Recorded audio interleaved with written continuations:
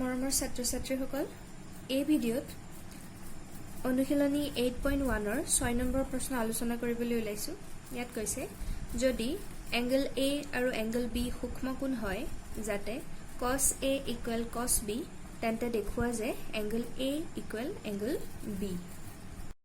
তে যেহেতু ট্ৰিগনোমেট্ৰিক প্ৰবলেম গতিকে ৰাইট এংগল ট্ৰায়াঙ্গল অৰ্থাৎ সমকোণী ত্ৰিভুজ এটা আমি আঁকিবই লাগিব কাৰণ সমকোণী ত্ৰিভুজৰ ক্ষেত্ৰতে ট্ৰিগনোমেট্ৰি সূত্ৰবিলাক ব্যৱহাৰ হয়। এতিয়া আমাক কৈ দিছে এংগল A আৰু B সূক্ষ্মকোণ। তে সমকোণী ত্ৰিভুজটোত এটো এংগলটো 90 ডিগ্ৰী হৈ গ'ল। তে সূক্ষ্মকোণ থাকিল বাকি দুটা। তো এটা নাম দি দিলো A আৰু এটা দি দিলো B কাৰণ A আৰু B আমাক সূক্ষ্মকোণ বুলি কৈ দিছে। গতিকে যেটো 90 ডিগ্ৰী এংগল হেতু হ'ব C। তো আমি পালো ত্ৰিভুজ ABC যাৰ A আৰু B কোণটো হল সূক্ষ্মকোণ আৰু C টো হল সমকোণ। ঠিক আছে? এতিয়া আমাক দিয়া আছে কি দিয়া আছে cos A = cos B এটো আমাক দি দিছে হয়নে? এতিয়া চাও আহা cos A ভ্যালুটো কি হ'ব আমি ডায়াগ্ৰামটো পা চাও। তে যদি আমি A এংগলটো লো cos A curly brown hair তাৰ মানে B/H ভূমি বাই কৰ্ণ। তো এতিয়া এই এংগল A ৰ কাৰণে ভূমি হল তাৰ লগতে লাগি থকা বাহুটো AC আৰু কৰ্ণডালটো AB আমি জানোই। গতিকে কি হ'ব ভূমি বাই কৰ্ণ অৰ্থাৎ cos A ৰ জায়গাত লিখিব পাৰো AC/AB। ঠিক আছে? Equal to cos B। এবাৰ আমি B কোণটো যদি কনসিডাৰ কৰো B কোণটোৰ কাৰণে কৰ্ণটো AB এবাৰো ভূমি কি হ'ব B কোণৰ লগতে লাগি থকা বাহু অৰ্থাৎ BC বাহুডাল হ'ব। গতিকে আমি cos B ৰ জায়গাত লিখিব পাৰো BC/AB হয়নে? এতিয়া চোৱা এই সমীকৰণটোৰ দুইফালে ৰেশিও আছে। ৰেশিওটোৰ যেটো ডিনোমিনেটৰ অৰ্থাৎ হৰটো দুইটাতে AB আছে। দুইটা হৰ যেহেতু একে একিটা আমি ক্যান্সেল কৰি দিব পাৰো। গতিকে আমি কি পালোগৈ AC = BC। ঠিক আছে নে? এতিয়া চোৱা এই ত্ৰিভুজটোৰ সমকোণী ত্ৰিভুজটোৰ AC বাহু আৰু BC বাহু সমান বুলি আমি পালো। এতিয়া এইখিনিতে এতিয়া জ্যামিতিৰ এটা উপপাদ্য ব্যৱহাৰ হ'ব। আমি কি জানো সমান কোণৰ বিপৰীত বাহুবোৰ সদায় সমান হয় বা উল্টাকে যদি কও সমান বাহুৰ বিপৰীত কোণবোৰ সমান। তাৰমানে ইকুৱেল সাইডৰ অপোজিট এংগল বিলাকো সদায় ইকুৱেল হয়। তো AC ৰ অপোজিট এংগল কি B আৰু BC বাহুৰ অপোজিট এংগল বিপৰীত কোণ কি এংগল A। যেহেতু বাহুকিটা সমান তো বাহুকিটাৰ বিপৰীতে থকা কোণকেটাও সমান। গতিকে আমি লিখিব পাৰো AC বাহুৰ বিপৰীত কোণ B এংগল B = BC বাহুৰ বিপৰীত কোণ হল এংগল A। এটো আমাক প্ৰমাণ কৰিব দিছে হয়নে? এটোকে আমি এবাৰ আকৌ ভালকে লিখি দিও। এটো আগফালে লৈ আহো এংগল A = এংগল B। আমি যে উপপাদ্যটো ব্যৱহাৰ কৰিলো হেটো লিখি দিব লাগিব যেহেতু সমান বাহুৰ বিপৰীত কোণ সমান। ঠিক আছে? বুজি পাইছা নিশ্চয়? তাৰ পিছত 7 নম্বৰ প্ৰশ্নত দিছে যদি cot θ = 7/8 তেন্তে মান উলিওৱা। ইয়াত এতিয়া আমাক দুটা কোৱেশ্চন দিছে। cot θ ৰ ভ্যালু দি দিছে 7/8 আৰু তলত যিকিটা দিছে হেকিটাৰ ভ্যালু কিটা আমাৰ উলিয়াব লাগে। প্ৰবলেমটো সলভ কৰিবলৈ যাওতে প্ৰথমতে এটা সমকোণী ত্ৰিভুজ আঁকি ললো। ত্ৰিভুজটো ধৰি ললো ABC। ইয়াত B কোণটো 90 ডিগ্ৰী। তে আমাক যেহেতু এংগল θ ৰ কথা কৈছে cot θ আছে তো ধৰি ললো এই C কোণটোকে θ বুলি ধৰিছো। আমি A বা C যিকোনো এটা θ বুলি ধৰিলে হল। তো মই C কোণটোক θ বুলি ধৰি লৈছো। ঠিক আছে নে? তে আমাক দিয়া আছে cot θ = 7/8। এতিয়া cot θ ৰ ট্ৰিগনোমেট্ৰিক ৰেশিওটো কি আছিল মনত পেলোৱা tan θ কি হয় লম্ব বাই ভূমি। গতিকে cot θ টো তাৰ উল্টা হয় ভূমি বাই লম্ব। ঠিক আছে?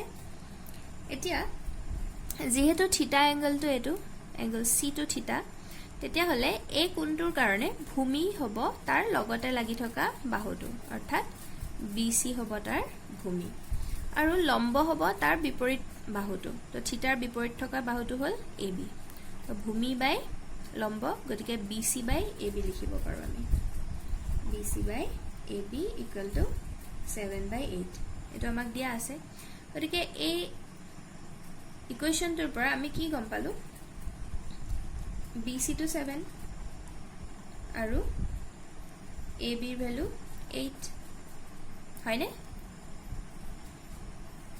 আমি ডায়াগ্ৰামটো বহাই লও BC কিমান পালো 7 আৰু AB 8 এতিয়া আমাৰ যিকিটা নেক্সট উলিয়াবলৈ দিছে তাৰ কাৰণে আমি এই থাৰ্ড সাইডটো অৰ্থাৎ কৰ্ণডাল হাইপোটেনিয়াছ ডালৰ ভ্যালুনো কি হয় জানিলে সুবিধা হ'ব তো এতিয়া নাজানা সাইডটো কেনেকৈ উলিয়াম পাইথাগোৰাছৰ সূত্ৰ ব্যৱহাৰ কৰিম এতিয়া পাইথাগোৰাছৰ সূত্ৰ মতে কি হয় কৰ্ণ স্কয়াৰ তো কৰ্ণডাল হ'ল AC তো AC স্কয়াৰ ইকুৱেল টু কি হ'ব ভূমি স্কয়াৰ প্লাস লম্ব স্কয়াৰ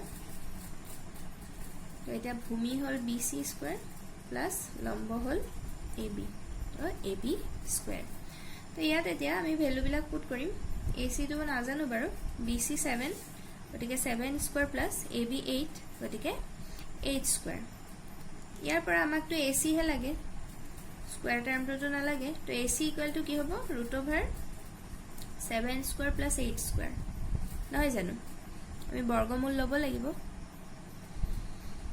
এতিয়া 7 স্কয়াৰ কৰিলে 7 7 গুণ 49 প্লাস 8 স্কয়াৰ কৰিলে 8 8 গুণ 64 এতিয়া এইকেইটা যোগ কৰি দিলে 9 4 13 হাতে 1 4 1 5 6 5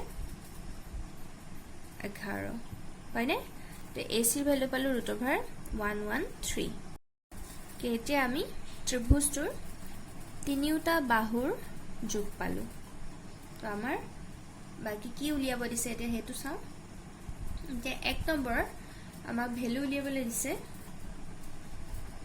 1 plus sin theta into 1 minus sin theta divided by 1 plus cos theta into 1 minus cos theta year value উলিয়াব লাগে তেটো ভ্যালু উলিয়াবলৈ যোৱাৰ আগতে যদি আমি মন কৰো a plus b into a minus b formula কৰি আছে লবটো হৰটো তো ওপৰটো 1 plus sin theta 1 minus sin theta a1 আৰু sin theta যদি b বুলি ধৰো a plus b into a minus b formula হৈ আছে হেতু মতে কি হয় a square minus b square a square মানে 1 স্কয়াৰ 1 ক স্কয়াৰ কৰিলে তো 1 হয় minus b স্কয়াৰ b মানে sin theta ইয়াতে গতিকে sin স্কয়াৰ theta ঠিক হেদৰে তলৰটো a plus b into a minus b ফৰ্মুলাত আহি আছে গতিকে কি হ'ব 1 minus cos স্কয়াৰ theta হয়নে এতিয়া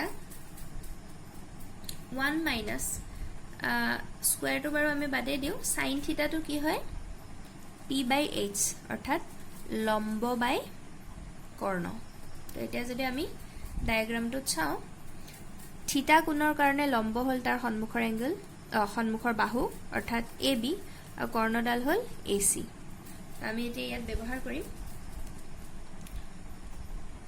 AB by AC কিন্তু স্কয়াৰ আছে নহয় গতিকে আমি হোল স্কয়াৰ লিখিম ঠিক হেদৰে 1 minus cos theta সদায় কি হয় ভূমি বাই কৰ্ণ এটা থিটা কোণটোৰ কাৰণে ভূমি হল BC আৰু কৰ্ণ AC তো হোল স্কয়াৰ এতিয়া ইতিমধ্যে যেহেতু আমি AB BC AC এবিলাকৰ মান উলিয়াইছো তো হেতু ব্যৱহাৰ কৰিম 1 minus AB ৰ ভ্যালু 8 আৰু AC হল √113 আৰু তলটো 1 minus BC hall 7 divided by √113 তো এটা স্কয়াৰ আছিল আমি হেখিনি দিব লাগিব মই এখিনি সাইডতে কৰি দিছো